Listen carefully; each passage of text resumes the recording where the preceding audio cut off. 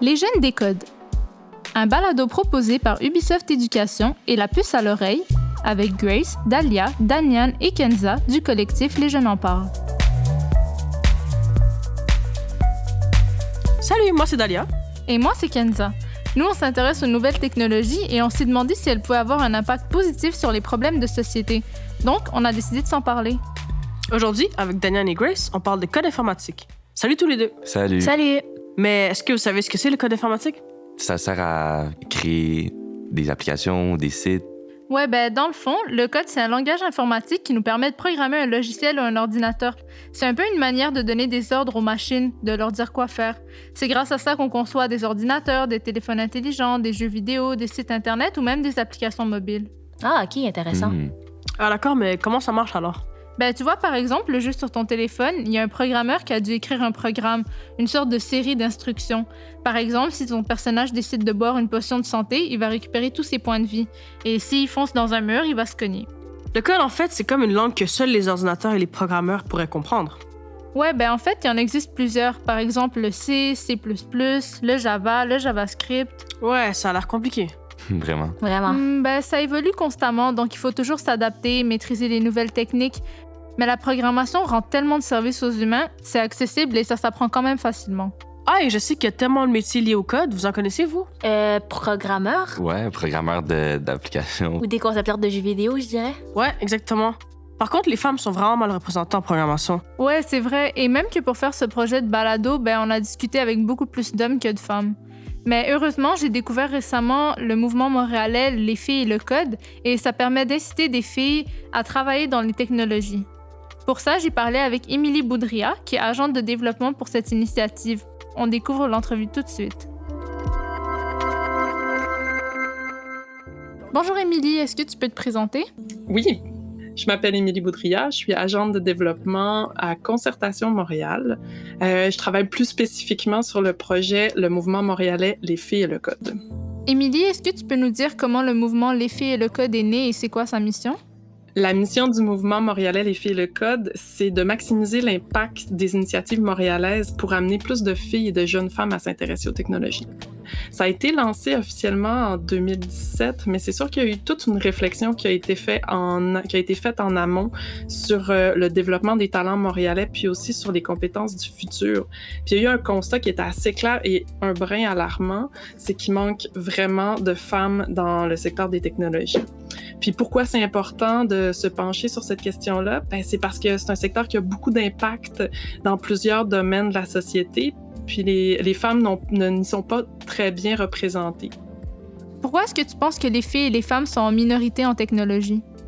Il y a plusieurs raisons qui expliquent le manque de femmes en technologie. C'est une question qui est complexe, qu'on peut voir de plusieurs angles. Je peux te donner quelques pistes. À mon avis, il manque de modèles. C'est difficile de se projeter dans une carrière en technologie si les personnes qui occupent ces postes-là ne te ressemblent pas. Il y a aussi des stéréotypes. Souvent, les filles se sentent moins compétentes en technologie, même si en réalité, elles ont des compétences égales à celles des garçons, mais elles ont l'impression qu'elles sont moins bonnes. C'est moins vrai au primaire, mais c'est plus vrai au secondaire. Elles ont peut-être moins tendance à aller dans ces domaines-là, alors que c'est au secondaire aussi qu'on commence à faire des choix de carrière. Il y a aussi un autre facteur, il y a des idées reçues par rapport aux métiers en technologie. Quand on passe aux technologies, on imagine parfois quelqu'un qui est devant un écran noir avec des écritures vertes puis qui passe sa journée devant cet écran-là. Mais les technologies, ce n'est pas que ça. C'est aussi créatif, c'est aussi travailler en équipe, c'est aussi trouver des solutions à des problèmes qui sont importants. Par exemple, trouver des solutions en environnement, des solutions en santé. Les technologies, ça peut servir en art, ça peut servir pour créer des jeux vidéo. Donc, c'est vraiment transversal dans beaucoup de domaines de la société. Est-ce que tu peux me donner des exemples d'activités que vous mettez en place et facilitez? On fait des activités qui regroupent des organismes, des écoles, aussi des entreprises qui s'intéressent à encourager les filles à s'intéresser aux technologies. On va aussi aider des organisations qui donnent, par exemple, des ateliers de code à trouver des participantes ou un lieu pour donner cette activité-là. En 2019 et en 2020, on a fait une activité qui s'appelle Filles et Code, l'occasion de tester des activités en technologie. Par exemple, les filles ont pu faire de l'impression 3D, de la réalité virtuelle, de la programmation de robots. Elles ont pu développer des filtres en réalité augmentée. Elles ont pu tenter s'essayer en composition sonore numérique.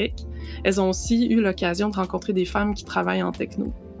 Une autre activité qu'on a fait, on partait avec des groupes d'adolescentes visiter des entreprises en techno. Je pense entre autres à CAE qui nous a permis de voir comment on développe des satellites puis des équipements spatiaux. On a pu rencontrer des professionnels qui travaillent là-dedans. On est allé visiter Google, puis on est même allé visiter le CHUM, où on a pu voir comment le matériel est transporté à l'hôpital parce qu'ils se servent de robots pour transporter le matériel dans l'hôpital. C'était vraiment super intéressant de pouvoir aller sur place, voir ce qui se passait, comment la technologie était déployée en réalité dans les entreprises. Combien de filles est-ce que vous touchez en moyenne par année? En 2019, avant la pandémie, on a eu 180 adolescentes qui sont venues à notre activité alors qu'on en attendait 150. On était super heureux. Émilie, est-ce que tu penses que ce projet fait bouger les choses? Je pense que toutes les occasions d'initier les adolescentes aux technologies participent à faire changer les choses. Je pense que si on pique la curiosité, si on crée des liens entre des adolescentes et des professionnels, si on montre les vocations possibles à notre mesure, on change des choses parce qu'on va peut-être influencer, comme je te l'expliquais, à notre manière, un parcours de quelques jeunes filles qui n'auraient pas pensé aller explorer ces éléments-là ou ces vocations-là, ces carrières-là. Pour finir, si tu peux faire passer un message aux jeunes, qu'est-ce que tu pourrais leur dire aujourd'hui? Si j'avais un message à transmettre aux adolescentes, je leur dirais d'être curieuses. Puis de ne pas hésiter si elles ont des questions, si elles veulent explorer des domaines, d'aller voir des professionnels qui travaillent dans ces milieux-là. Elles sont toujours super intéressées à transmettre leur passion, à partager leur expérience. Il ne faut vraiment pas hésiter à les contacter.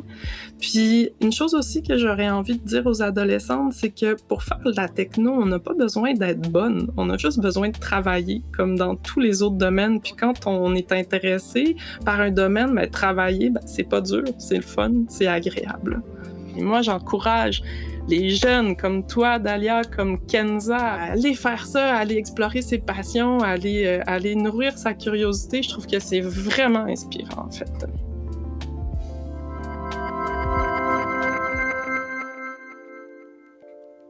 Du coup, vous en avez pensé quoi? Ben, moi, j'ai trouvé ça bizarre quand elle a dit que les jeunes filles se sentiraient moins compétentes en technologie. Genre, il me semble que j'ai entendu comme, tu sais, dans la société, les préjugés, mais c'était plus par rapport, mettons, à la mécanique ou des trucs de même. Mais j'avais jamais entendu par rapport à l'informatique. Moi, pour de vrai, comme dans les métiers qu'on propose souvent dans les choix de carrière, ou bien même la famille ou les parents, l'informatique, ça revient plus à les hommes qui font ça ou les cousins ou les frères que de me proposer à moi personnellement. Ouais, je suis d'accord. Aussi. Même au secondaire, quand on fait genre des choix de carrière, j'ai l'impression que même les programmes d'informatique qu'il y avait à nos écoles, c'était plus des gars qui allaient. Et donc, on n'a pas l'impression que peut-être que c'est un choix qu'on pourrait faire. C'est ça aussi que j'ai aimé qu'elle a mentionné qu'elle trouvait ça important de commencer avec des adolescents. Mm-hmm. Comme au secondaire, on commence notre choix de carrière et c'est là qu'on se forme et de savoir que c'est un choix aller en informatique et de montrer tout ce que c'est pas nécessairement s'asseoir devant un écran pendant une journée complète et que ça se retrouve partout, la technologie, qu'elle a dit en art, en formation de jeux vidéo. Ce serait aussi intéressant de voir justement la multitude de métiers qui sont liés à l'informatique et au code. Ouais, ben pour ça, je trouve que c'est aussi important qu'il y ait des femmes qui représentent un peu ce secteur-là. Comme ça, il y a plus de jeunes filles qui vont être intéressées puis qui vont vouloir s'essayer justement au secondaire. Moi, si on l'avait présenté en tant que ça se retrouve dans plusieurs plusieurs domaines, ça m'aurait intéressé, bien sûr. Et maintenant que je le sais, ça m'intéresse, comme je pourrais même y penser. Mais je crois que c'est la chose à faire de montrer justement aux gens que c'est pas juste être assis devant un ordi, mais que ça peut toucher les arts ou plein d'autres aspects de la société. Puis il y aurait des gens qui seraient intéressés à mélanger un peu comme leur passion et la technologie en même temps. Moi, je trouve qu'elle a l'air inspirante aussi parce qu'elle a vraiment l'air d'être passionnée par son travail. Et elle nous invite aussi à trouver un domaine qui nous passionne autant qu'elle. Ça se voit qu'elle s'implique puis qu'elle a envie qu'il y ait plus de jeunes femmes qui essayent, puis peut-être qu'elles aiment ou qu'elles aiment pas ça, mais au moins juste qu'elles soient curieuses puis qu'elles essayent, puis on verra qu'est-ce que ça donne. Puis ça pourrait permettre à des jeunes filles de découvrir une passion qu'ils n'auraient pas découvert d'une autre manière. Exactement. Ouais. T'es pas nécessairement obligé d'être bonne la première fois que tu l'essaies, mais tant que tu continues à travailler dessus, à continuer à essayer, à t'améliorer, c'est là que ça va devenir quelque chose que tu vas exceller dedans. C'est ça, c'est vraiment avec de l'expérience, puis c'est important d'aller comme chercher un peu partout, essayer des nouvelles choses, jusqu'à temps que tu trouves justement quelque chose qui te passionne, puis tu y vas à fond après. Là. Exactement. Bon, merci Grace et Diane d'avoir fait cette discussion avec nous. Avec cette entrevue, j'espère que ça va inspirer d'autres jeunes filles comme nous à s'intéresser un peu plus à l'informatique. Merci à vous. Merci.